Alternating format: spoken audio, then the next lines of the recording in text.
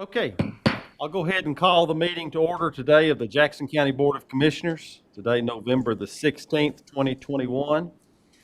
And our first item of business today is an opportunity to recognize some individuals who have achieved um, years of service and also some who have been able to go on and retire. So I'll recognize our county manager, Mr. Don Adams, and I think he and Kathleen Breedlove, our Human Resource Director, are going to call some names and recognize these individuals. Yes, sir. So a couple things, just so you know, this recognition is for the year 2020. Obviously, we weren't able to do this last year due to COVID.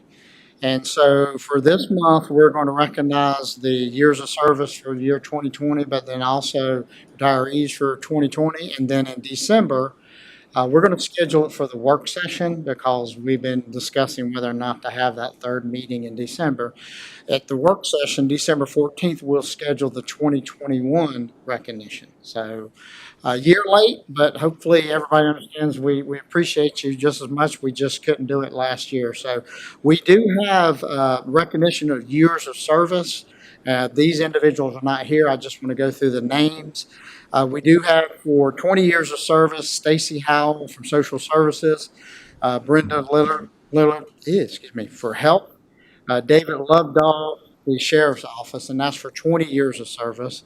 For 25 years of service, we have Kevin Morgan of Maintenance, Cheryl Williamson for Social Services, and for 30 years of service, we have Pam Hooper for Social Services and Ira Jones for Grounds. And we just want to say we appreciate them, and they will receive certificates from us for their years of service. Next, we do have some individuals here, and I'll scroll down. And so what I'll do is we have 4 people, I believe, here to receive their certificate of appreciation and also their clock from the county. But before I do that, what I'd like to do is I may have had this backwards. Yeah. What I'd like to do is just name the people who were not able to attend, and then we'll recognize those that are here. And what I would ask the board, if you're comfortable with that, when I get to the people that are here, if you could come down. We normally have the individual come up and get a picture taken with the board, if you're comfortable with that. Okay.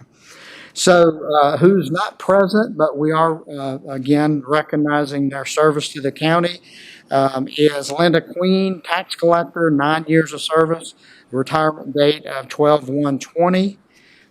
Suzanne Allison, tax administration, 29.5 years of service, retired September 1st of 20. Diane Ammons of housekeeping, 14.25 years of service, who retired 8/1 of 20. Dallas Stevens of maintenance with 21.25 years service, who retired August 1st of 20.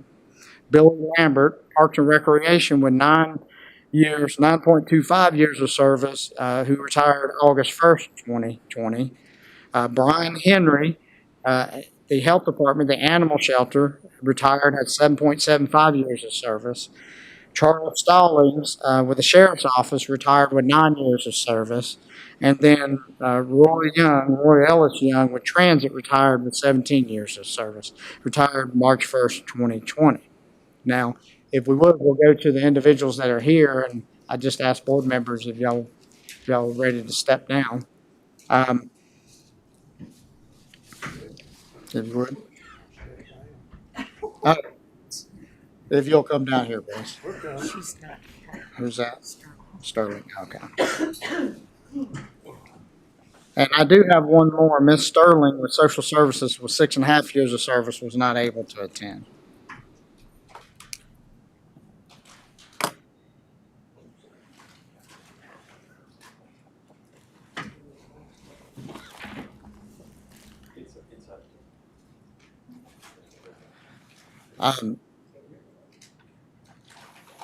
I'm going to leave the comfort level to everybody standing there, and I really would defer to the employee coming up here. So our first person, we do have Mr. Chet Stevens, Emergency Management with 27 years of service. Mr. Stevens, if you'd come up. Commissioners, you will, Thanks, sir. thank you, sir, and we'll give you these when you, No. Yeah. Remember for this if one? you would just go up there with that bunch, please. Are you okay with that? You want them to hold this? Should they hold that? They'd like to, yeah. I would just, yeah. Voices, why I've never seen you both in here? Okay.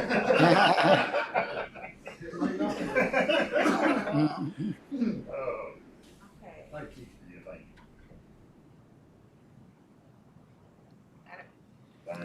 Thank you. Thank you, sir.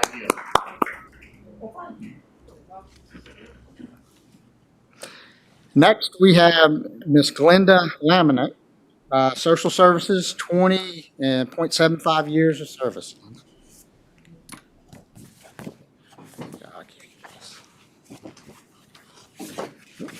Thank you.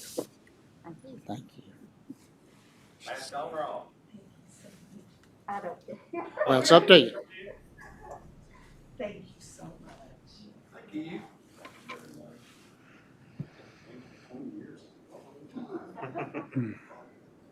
Let's get our photo. Yeah. Right here? Yes. Okay. We'll take it off. That's okay, because that's fine. Yeah, it does.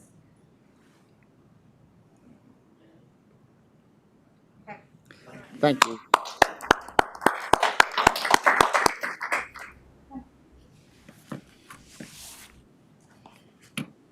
All right, and next we have Joanna Nicholson, Emergency Telephone, 26.5 years service. Nicholson. Yeah, Thank you. here's one of my Stevie. Oh,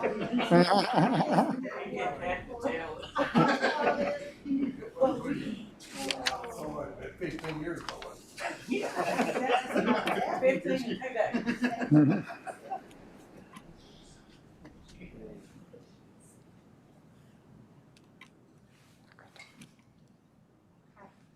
I Thank want to say, you know, and I became a county employee several years ago. I first started to work in emergency management, 911 dispatch. And I worked with Joanna and with Chet, and I learned so much from them, and they were great friends and great coworkers, and it's a great honor just to be here with them to celebrate their achievements. 26 years, that's a long time to be on the phone. Thank you.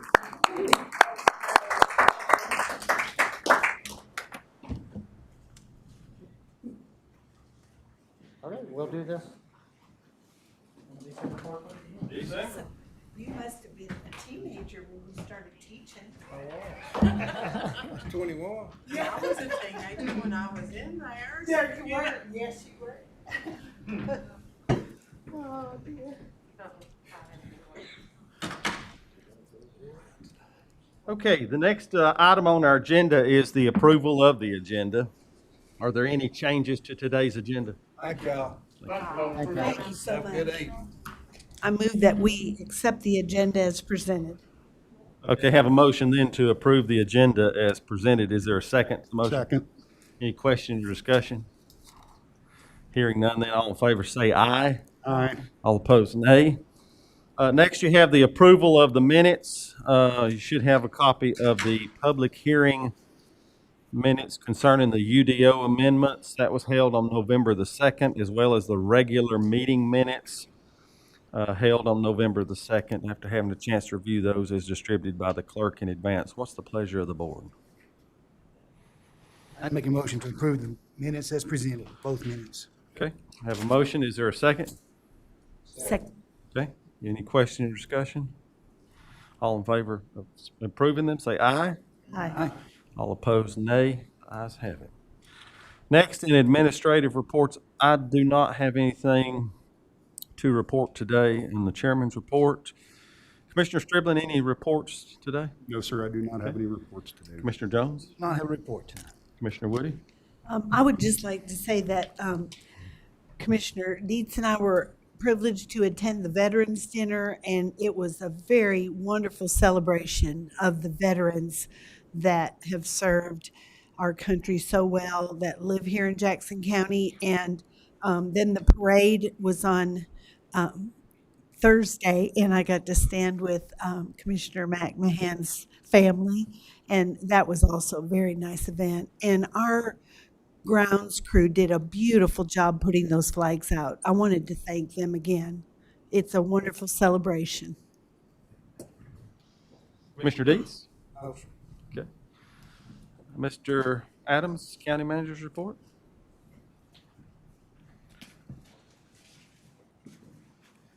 Yes, sir.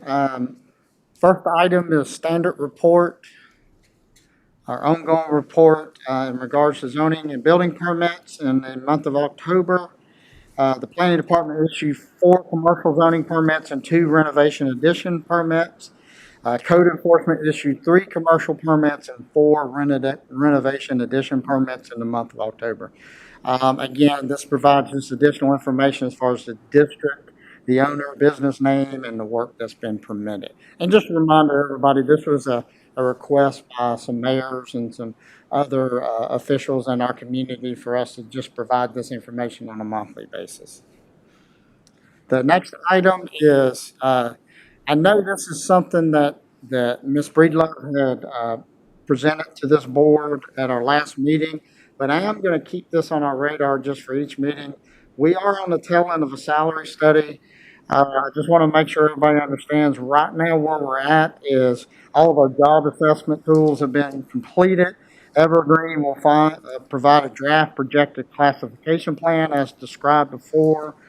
By the end of November, they will have preliminary market study data at the 1st of December, and we're looking to have a rough draft of the proposed new pay plan in December, and the goal is to have this information in front of the board and in a position to make a decision, hopefully in the month of January. I just want to keep pointing this out because I know we have a lot of departments that are just going through hiring difficulties and things of that nature, and we're moving as quick as we can, and hopefully we'll be in a position to help alleviate some of these issues.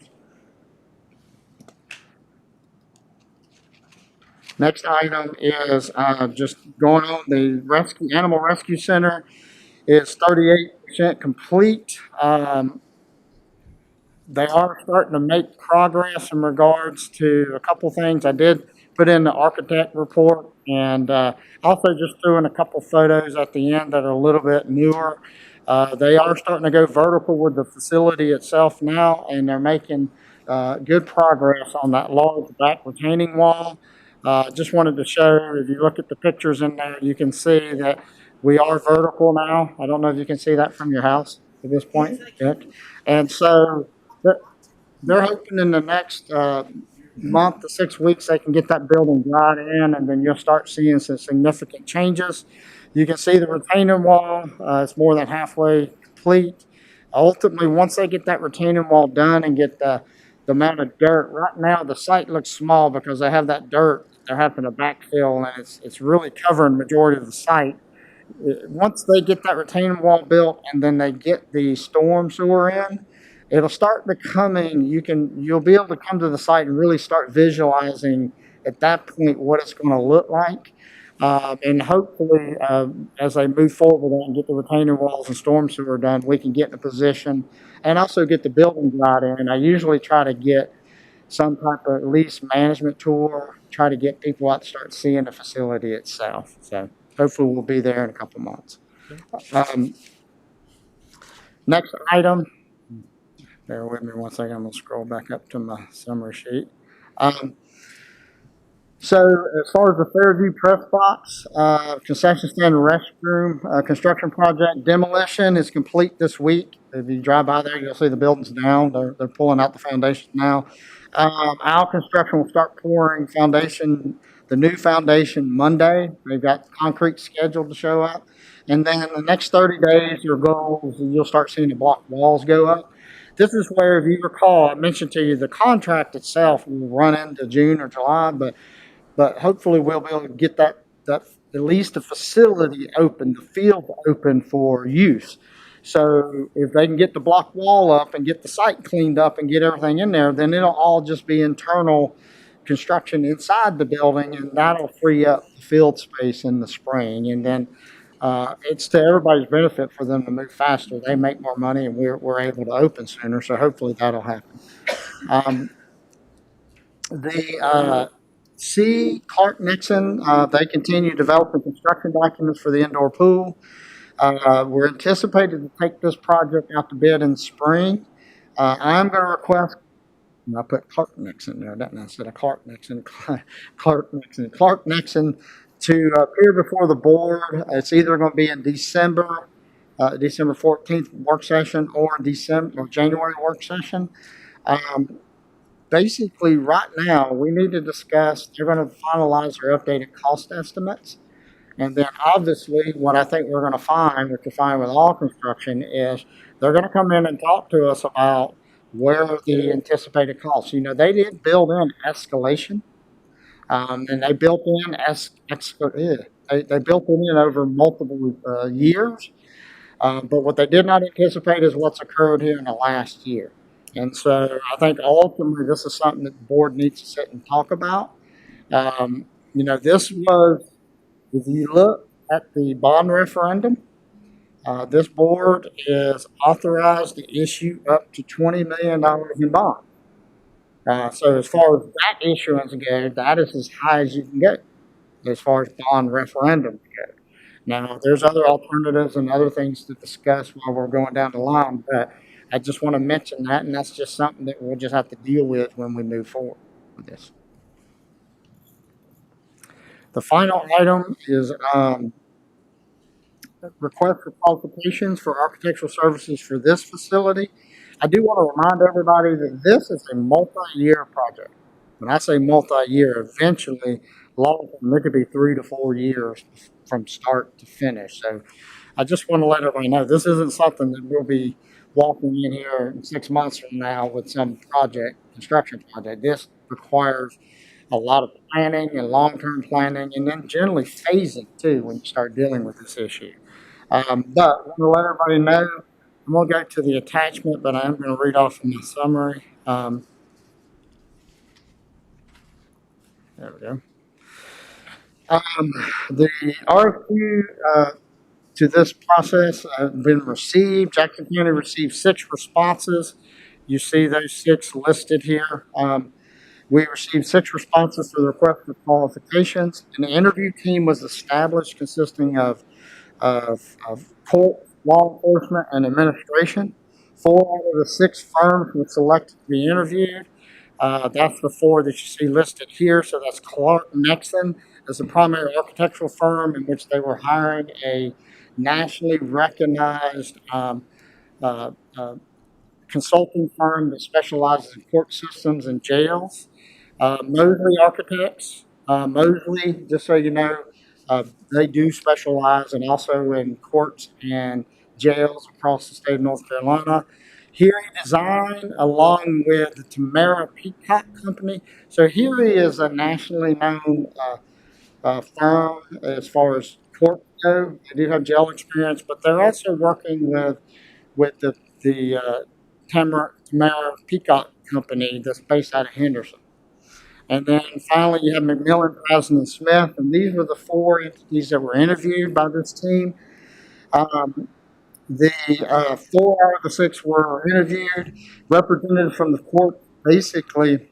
And really what happened is when we interviewed and I got feedback from everybody, what I call the courts, they generally favored Heary, okay?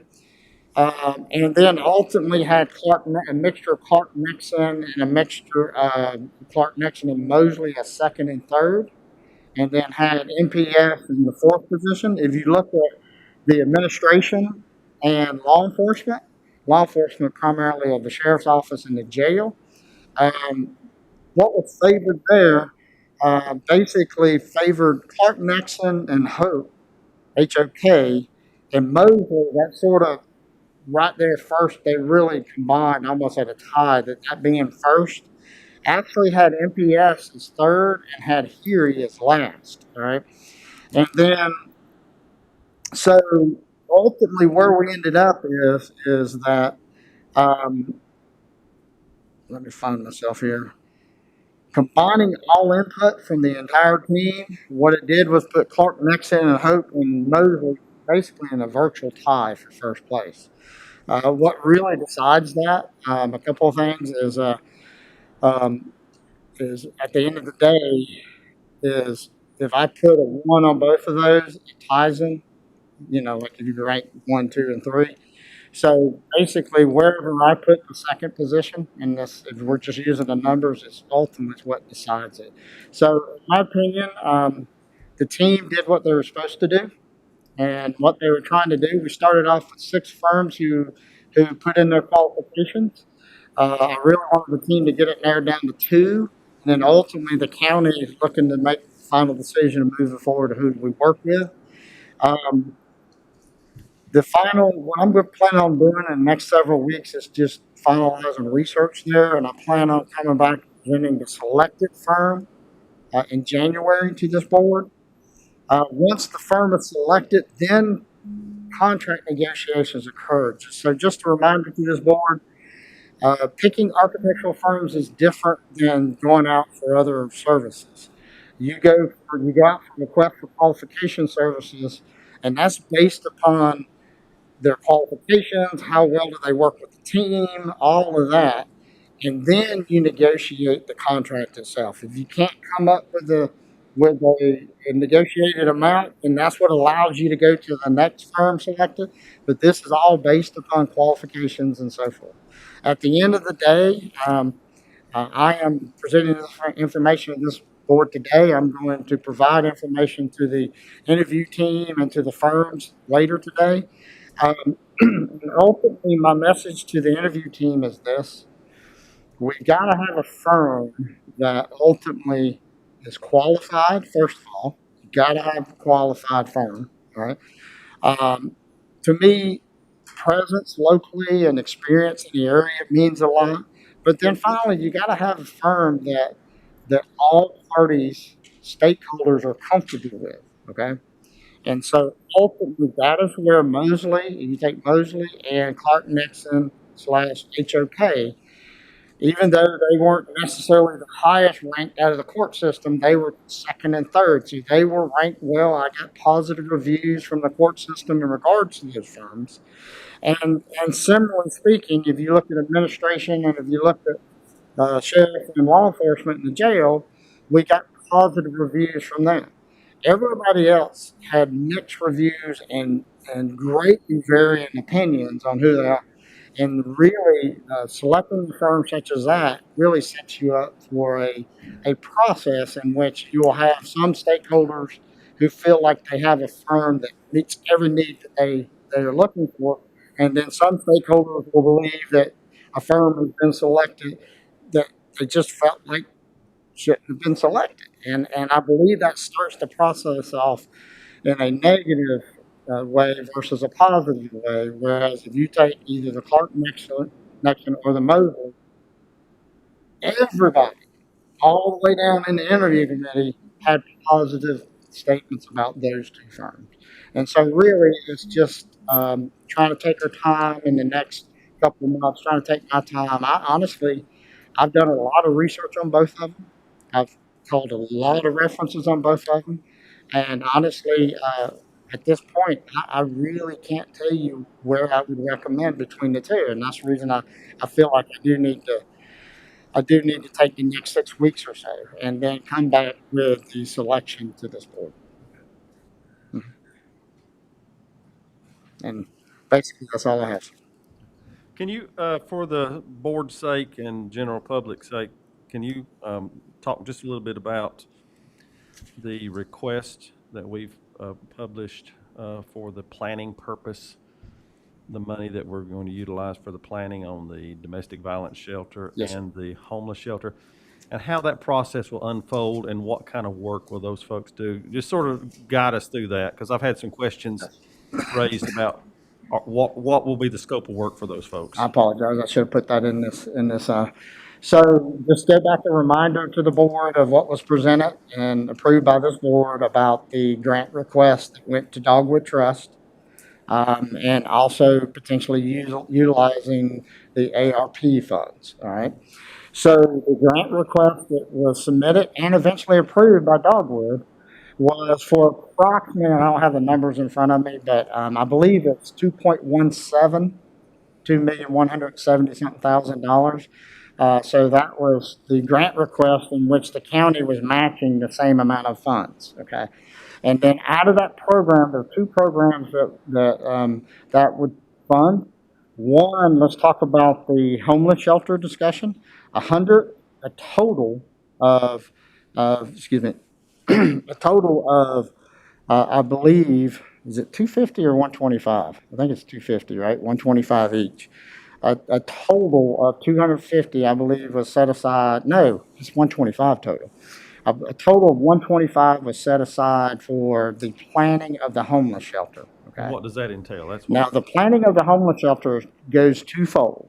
One, and so there is no construction dollars for the homeless shelter at this point set aside, or excuse me, no construction dollars set aside for a homeless shelter. Planning consists of two things. One is if you recall, we had a potential space identified, okay? Yeah, so it is 125,000. So it's 62.5 from Dogwood and 62.5 from ARP. And so when you look at the homeless shelter planning, it's going to consist of potentially acquiring the services of an architect because you're looking at physical space. But there's also going to be a second part that I'm in conversations with Mr. Cochran with here about, is about hiring a consultant to come in and talk about how are they going to operate.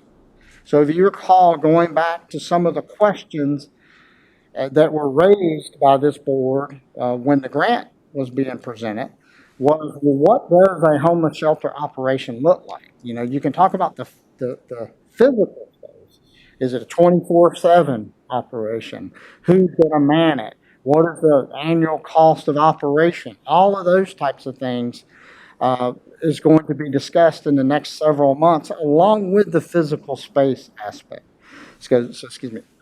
So that 125 is to go in and look at physical space and talk about what's true estimated cost, specifically of the space that we're looking at right now, which is the old health department area, old health department space, the Evergreen Foundation space, but then also to talk about what a full-time homeless shelter structure and operation will look like. Now, there's another set of money that's set aside, and it's for domestic violence, and it's also it's for that shelter, it's $125,000. But that's a little bit different. That is not so much in regards to operational planning, because if you recall, the Center for Domestic Peace, this isn't new for them. They have been working for multiple years about transitioning domestic violence services back to Jackson County. They already have full-time staff associated with it, and they already have a long-term plan of acquiring state funds to help them with their annual operations. So that, I wouldn't say every element is set, but there's not as many questions on how they're going to fund and operate themselves. Yeah. So the $125,000 for the domestic violence shelter is purely about truly investigating the structure, the building of that facility.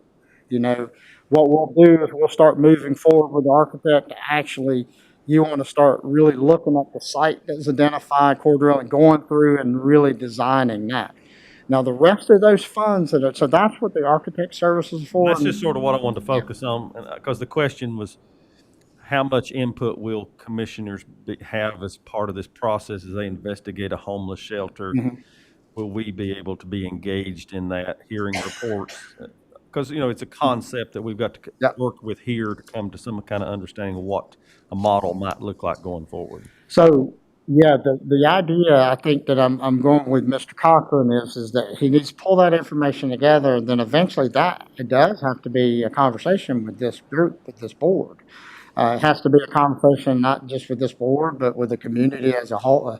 That's a whole different process than, or an additional process than the domestic violence side of things. Right, and that's where this money is set aside to hire a firm to help us walk through that process. Not only identify, to look at that specific location and see if it's feasible to put there, Mm-hmm. and what kind of modifications may or may not have to be made, but also to evaluate operational concepts and to help provide us with tools and information to help us make that decision if we want to move forward with the full-blown construction Yes, in years to come. And I apologize, that should have been part of this report. I'll give the board a copy of the actual request for proposals or qualifications, because when you see the advertisement, I don't have enough space to define all of this, right?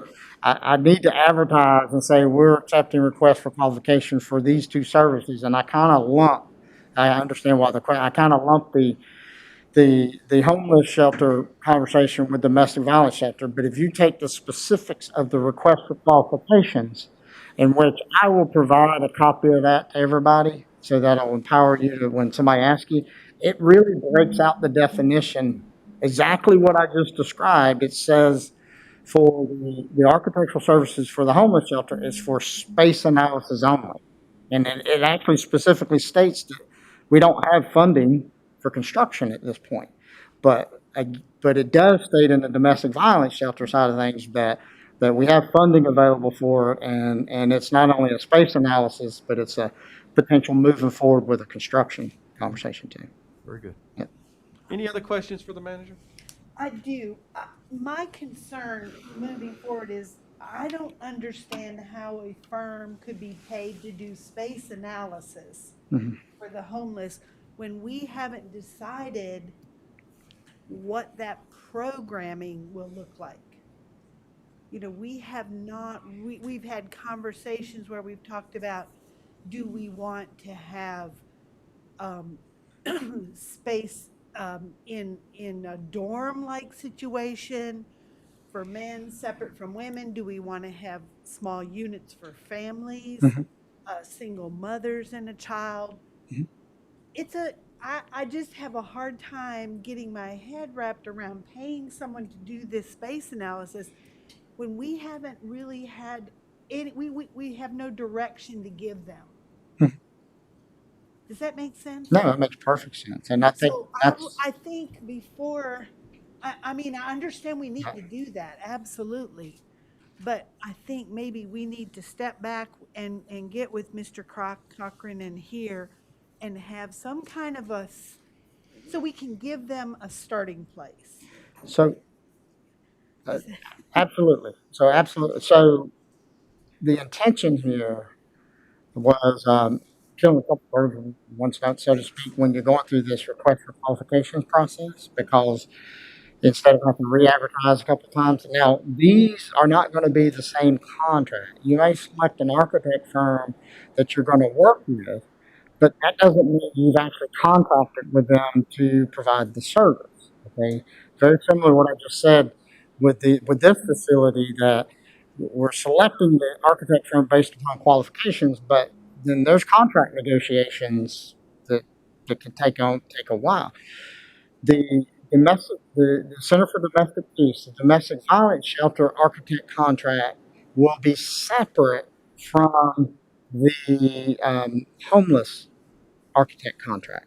So, meaning we can move forward with the domestic violence shelter architect contract once a firm is selected, but delay the contract with that firm for the homeless shelter until we're in a position that exactly what you're asking, in a position to identify what spaces are needed and so forth. And my intentions has always been, my conversation with Mr. Cochran, is the first things he has identified someone at this point that he believes may be of great assistance in this conversation as far as the discussion about what type of shelter we're going to do. And so it's always been my intention is basically to come before you more than likely with a domestic violence shelter architect contract first after they're selected. But it'll be a different conversation about we need to come with you for planning. We need some assistance to help with those other questions that we're talking about. And then the architect contract would flow in there wherever it seems logical. I mean, Commissioner Woody, you're right on point with that question. And I can tell you, I never considered these the contracts to be operating on the same timeline. Okay, okay. Thank you. That helps and clarifies. I appreciate that. Other que, We don't need to be, I agree. Commissioner, we don't need to be spending $125,000 or $75,000 on something. The five of us right now don't even know how we think about this. And, I think we got people that, in this community that can enlighten us on, different things we can look at and different options we could have. And we need to take advantage of them and kind of come to some peace ourselves about this before we start spending a lot of money for somebody to tell us what we could have probably found out from somebody else. Your community. Thank you, Mr. Chairman. So what I can do, if it's okay with the board, then we could plan on, I don't know if it's appropriate to try to do it before the beginning of the calendar year, but, at the beginning of the new calendar year, January, so how about I just get Mr. Cochran to come talk to the board, because what I need him to do, my conversation with Mr. Cochran is I've been asking him, what does he need? Because here is our lead agency in regards to serving the homeless, and what does he need as far as resources go to help him bring this information back to the board.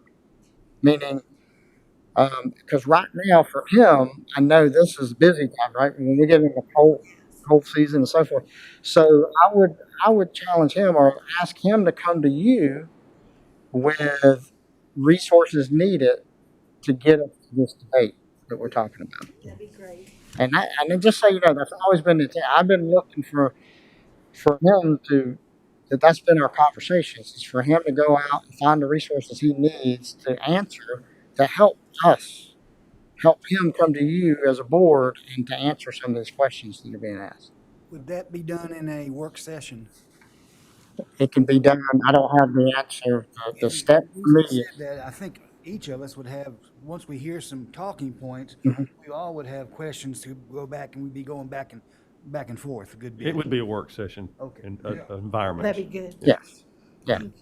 So let's look to schedule in a future work session is Mr. Cochran to come, and let's have a dialogue about how do we research and develop and determine what's best for our community and in the best way as we start working through this process. And just so you know, the timing of all of this is 3 years. So there's no, I believe the domestic violence shelter is further along in these conversations. So, but we have time with this 125, the 62.5 from Dogwood and 62.5 from ARP to flesh out all these questions Okay. for the board. Very good. Any other questions for Mr. Adams? Okay, thank you, sir. Thank you.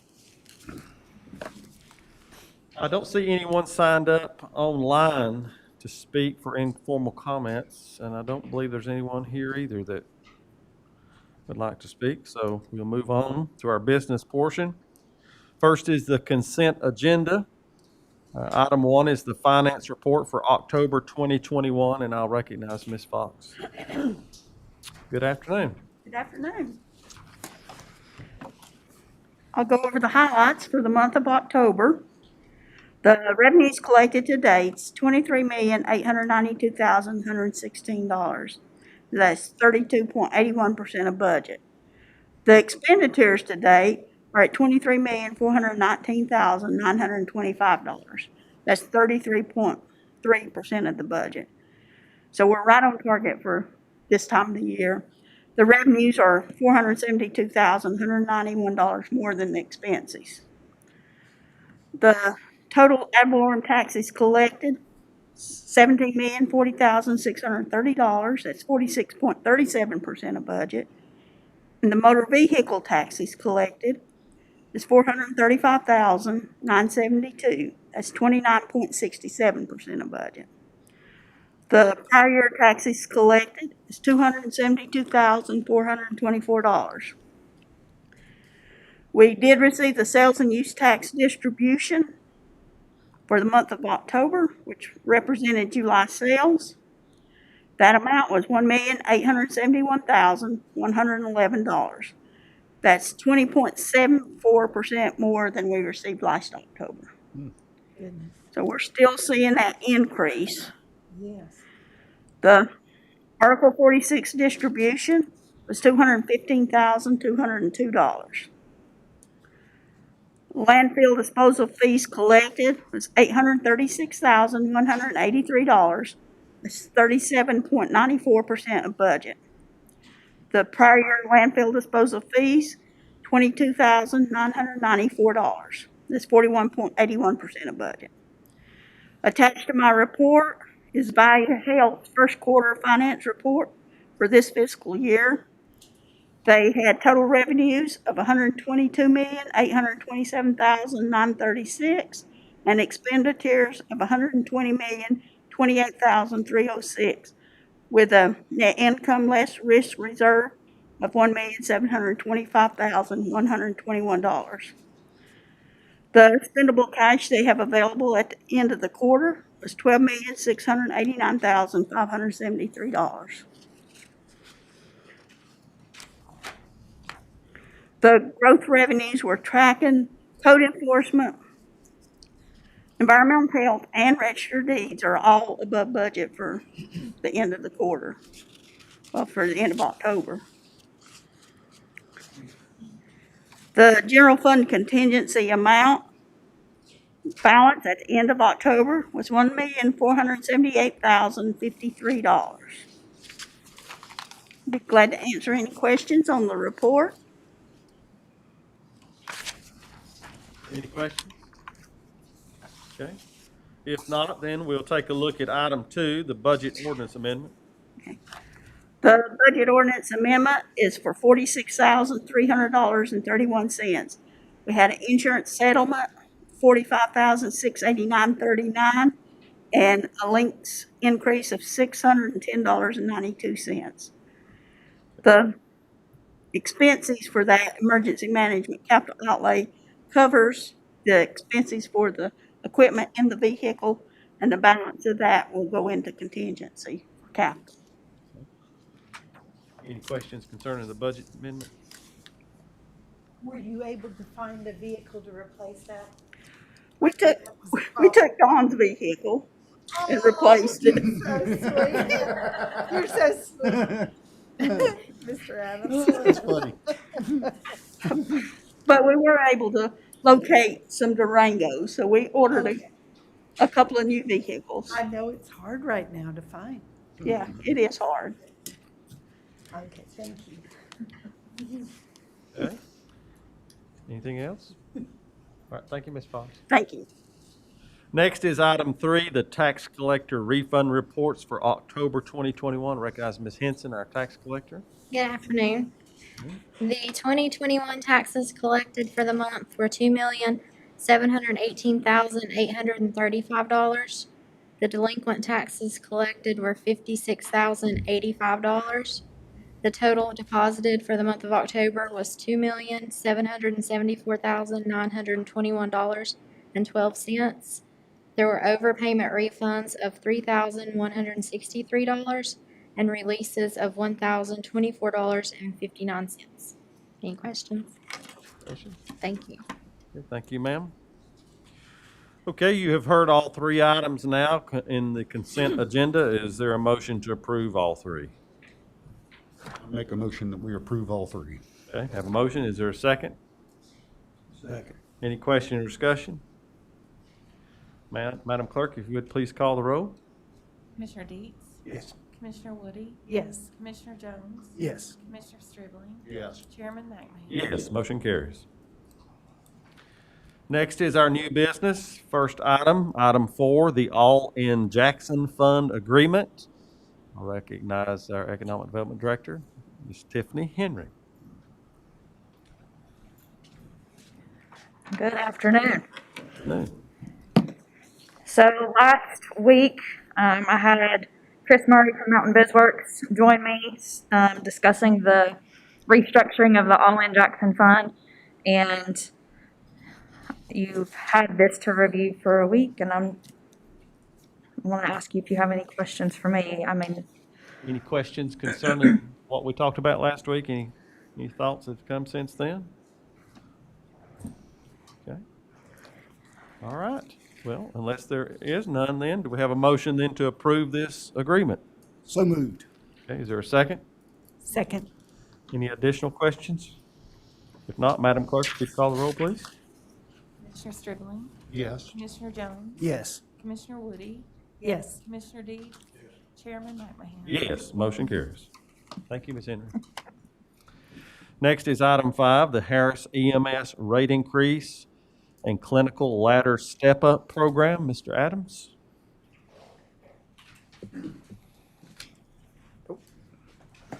Yes, sir. This is a follow-up from the work session item. And so what is the request before the board today is, again, a reminder for the board and for the public is that currently Jackson County contracts with Harris Regional Hospital to provide EMS service for our northern end of our county. Currently within the contract provisions, anytime that the hospital is looking to make moves in regards to personnel that could impact our annual cost, they do have to come before this board for permission and approval. And so what has been presented to this board is a contract amendment and approval for them to make pay adjustments as presented by Mr. Matthew Burrell at the work session. So if the board chooses to move forward with this request, what would the kind of motion would need to be? I think it would be to approve the personnel request as presented in this document. And then that's all for now. And then what would come later is we would just do a contract adjustment because as I stated at our previous meeting, the way our contract works is we do shore ups at the end of the year. And we just don't believe that our current contract actually allocates enough funding. It would require us to pay money annually. So at this point, all our contract requires is for this board to approve off on the personnel request, and then we can come back to you with a contract amendment. Okay. Is there a motion then to approve the request from Harris Regional concerning the amendment to the payroll? I move that we approve this request. So a motion has been made. Is there a second? Second. Okay, motion and a second to approve this request presented for the EMS, Harris EMS. Any question or discussion? Madam Clerk, if you call the roll, please. Commissioner Deeds, Yes. Commissioner Woody, Yes. Commissioner Jones, Yes. Commissioner Stribling, Yes. Chairman McMahon. Yes, motion carries. I just have a comment, Mr. Okay, Chairman. go right ahead, sir. The clinical ladder, clinical ladder step up program has intrigued me.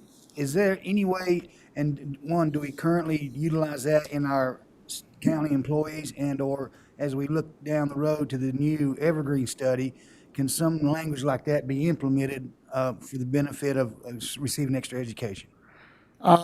We have, it is a career ladder. We have various forms of that, okay?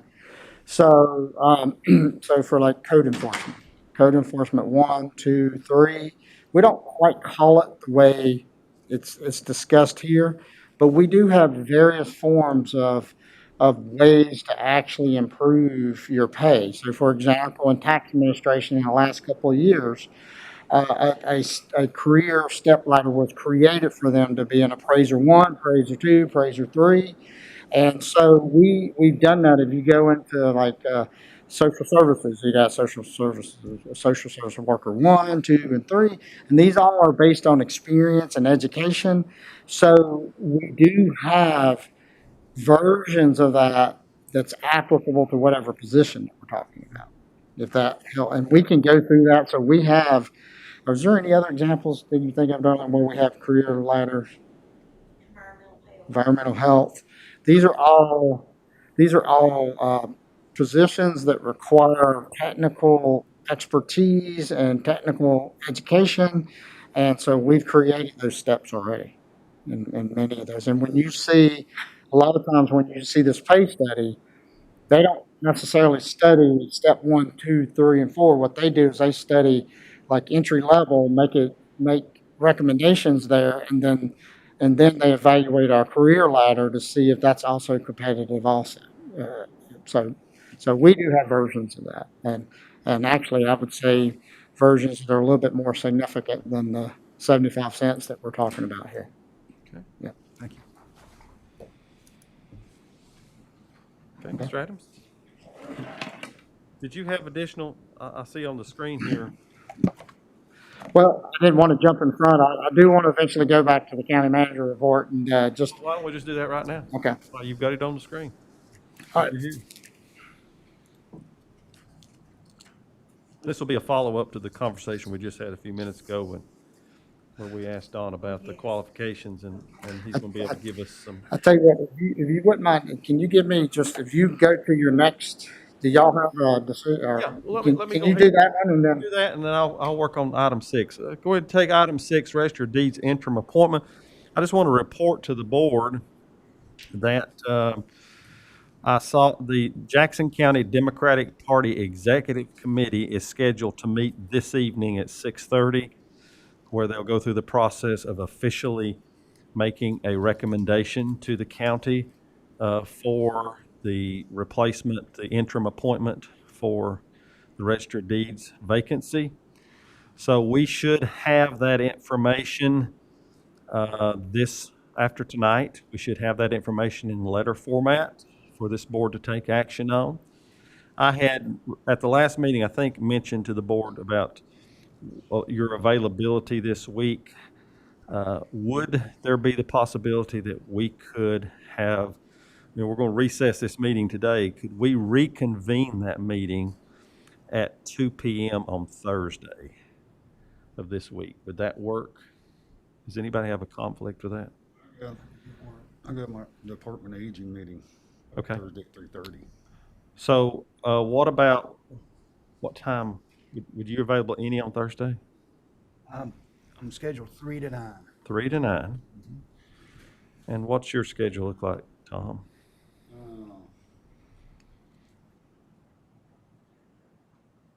Would this be in person? Yeah, or it could be Zoom if you wanted to, either way.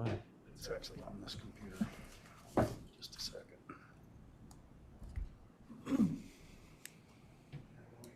Morning 8 to 10 on Thursday.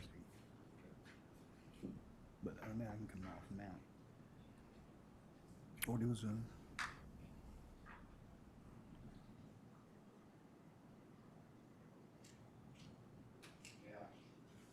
Thursday at 3:30. Department of Aging. Okay. But if we did like a 12 noon on Thursday, would that work? Yes, sir.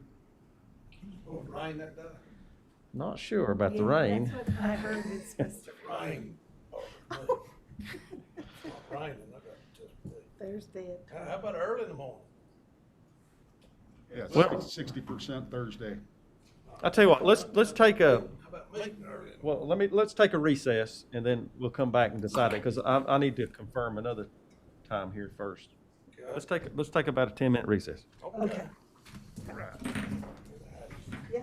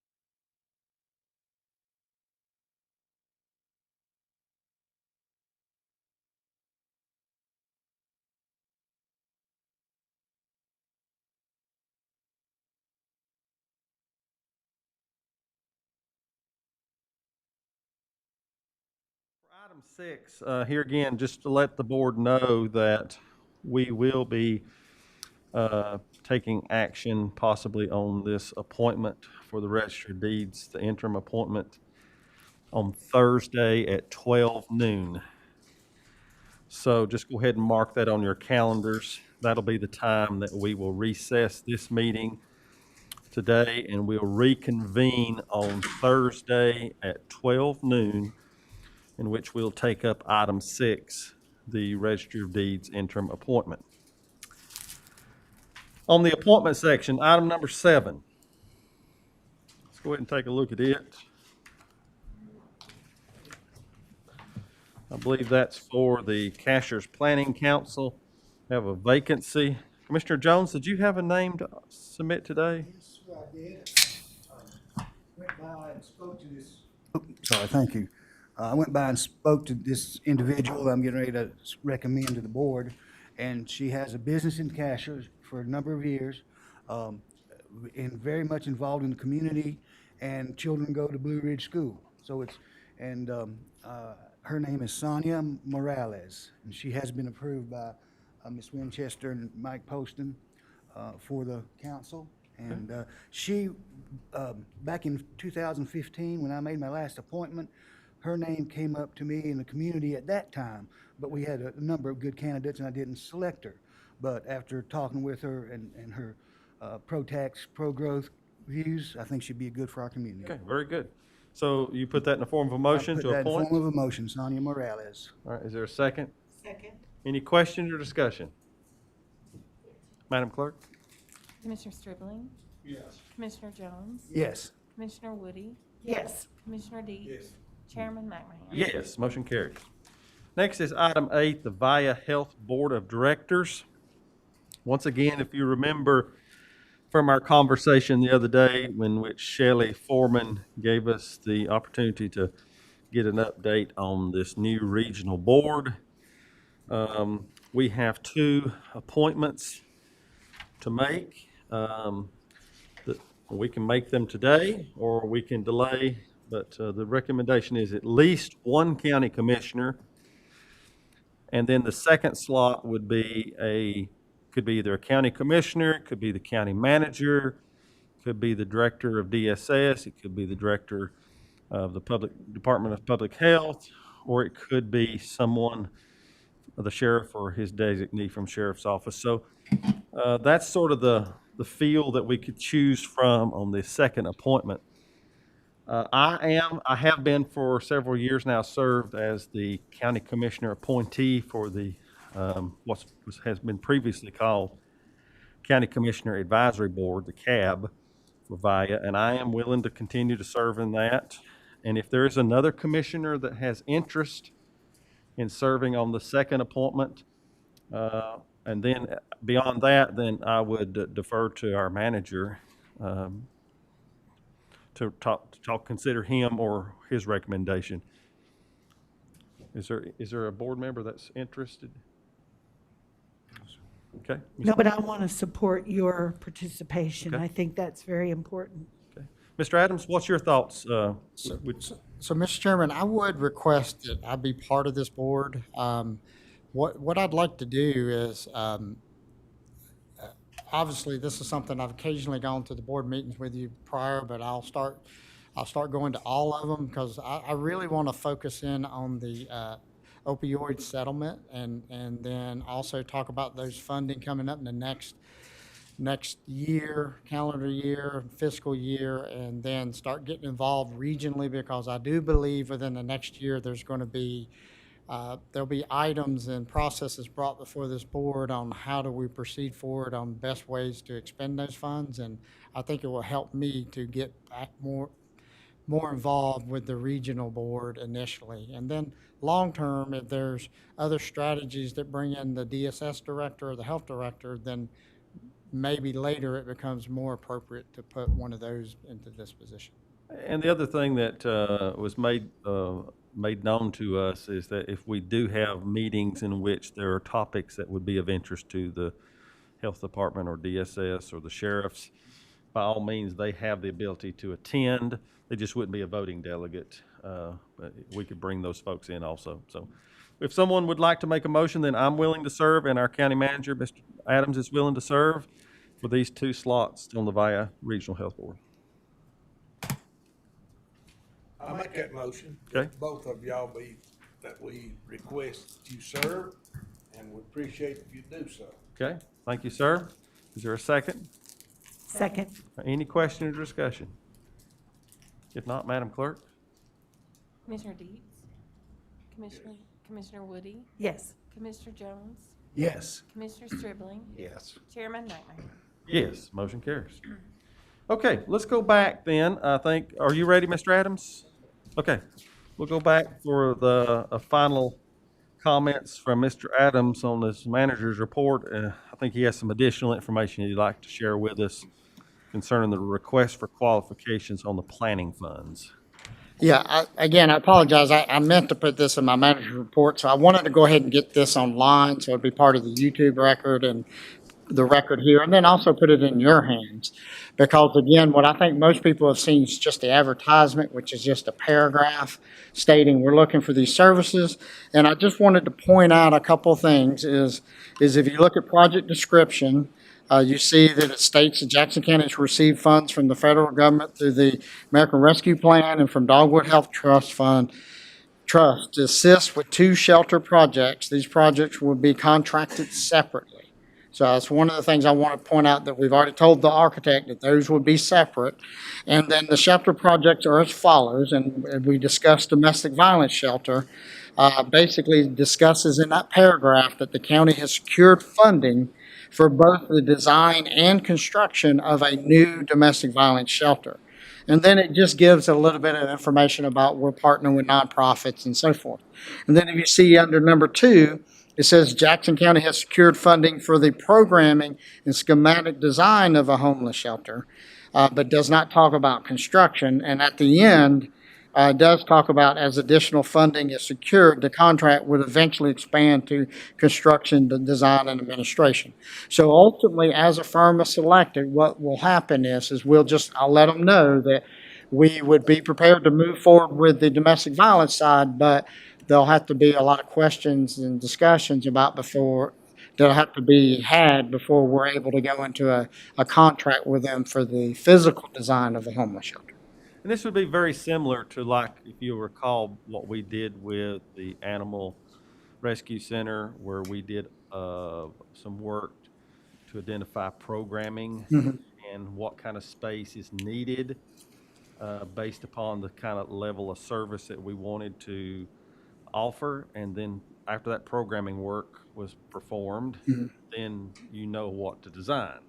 Yes. And so that's sort of what we're going to go through as a process in the coming months to put us in a position to better know what we might potentially be building. But this firm will be, because it's such a specialized program, operation, this firm would be mainly for the physical space. So that was, like I say, your own point, Commissioner Woody, on that. And that's where I'll have Mr. Cochran come and talk to you about, are there appropriate agencies out there, not architectural firms, but agencies that can help us go through these other questions as far as just basically helping this board or community decide what does a homeless shelter look like and how is it operated. Yeah. Very good. Any other questions? Yes, if Mr. Cochran could bring a list of resources that he utilizes to operate the homeless component, as well as, I know in our work session and budget meeting, we talked about what the county spent each year, but it'd be nice to know a collective, what the United Christian Ministries, various churches that are involved, who financially commit to. Just kind of a one number that we can, it'll give us some guidance on what the community is providing as well as what we provide, or help us decide what to provide. Okay, and yeah, I'll ask him to reach out. So basically, maybe the first meeting is a sort of catch us all up to speed conversation, sort of an education conversation about our current operations, not only here but also just all of his partnerships, like you just described, and maybe that's where we spend a lot of our first meeting, because this is not something that's going to be settled or decided in a meeting. So this is going to take multiple meetings. Well, and I know like our community table provides meals Mhm. during the week or when they're open. And then there are other partners as well. So, um, clothing, different situations. Okay. Okay. Very good. All right, is there any questions from the news media? I'm not sure if someone can tell me who's still online. Beth. Hi, I don't have any questions. Thanks, guys. Thank you, Beth. Okay, I think we do have need for closed session for real property, Yes, sir. which is GS 143, 31811A5. So I have a motion to go into closed session for real property. So move. All right, is there a second? Second. All in favor say aye. Aye. Give them an opportunity to turn off the camera system.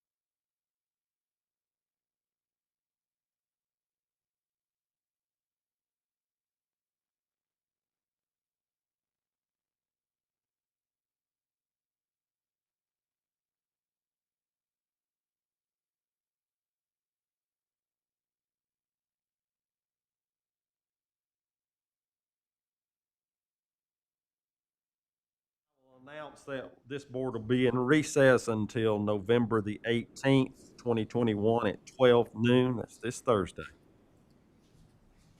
Okay.